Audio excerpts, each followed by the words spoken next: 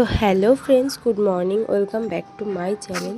তো সবাই কেমন আছো? আশা করছি ভালো আছো, আর তোমাদের ভালোবাসায় আমিও বেশ ভালোই আছি। তো আমার আরেকটি নতুন ঝকঝকে ব্লগ নিয়ে চলে আসলাম তোমাদের কাছে। আজ হচ্ছে শনিবার, তো কাল তো রবিবার, পরশু সোমবার, তো পরশু দিন হচ্ছে লক্ষ্মী পূজা। তো লক্ষ্মী পূজার আর মাত্র হাতে গোনা একদিন বাকি। তো তাই সকাল সকাল ঘুম থেকে উঠে স্নান টান করে নিয়েছি, তারপরে ঘরে জানালাটা খুলে দিলাম। তারপর এদিকে দেখি বাবা আবার লক্ষ্মী পুজোর সমস্ত ফল বাজার করে নিয়ে আসছে। আর লক্ষ্মী পূজায় তো তেমন কোনো ফল লাগে না, 5 রকমের ফলই লাগে। আর এক্সট্রা করে একটা লাগে, সেটা ওই নৈবেদ্যের জন্য দেওয়া হয়, মানে বাটায় সাজায় দেওয়া হয়। তারপরে আজকে আমাদের মাটন নিয়ে আসবে, কারণ আমাদের না লক্ষ্মী পূজায় নিরামিষ খায় না, মাছ খায়। তো সেই কারণে কালকে রবিবার, তো তাই আমাদের একবারে লক্ষ্মী পূজার পর থেকেই নিরামিষ খাওয়া হবে। তো সেই জন্য আজকে মাটন নিয়ে এনেছে। আর এদিক থেকে সবজি বাজারও করে নিয়ে আসছে। এখানে দেখলাম একটা ভাড়ালিও এনেছে বাবা, অনেকটাই বড়।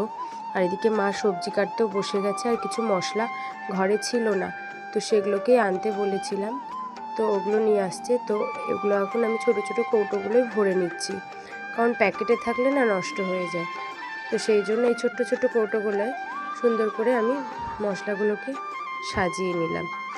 তারপরে চলে আসলাম নিজের ঘরটাকে একটু মুছে নিচ্ছি, কারণ বাসি ঘরটা সকালে মোছা হয়নি, তো সেই কারণে ঘরটাকেও মুছে নিচ্ছি। আর কি বলো তো, রান্নাঘরে না শুধু রান্নার কাজই থাকে না, অনেক ধরনের কাজ থাকে ছোট ছোট।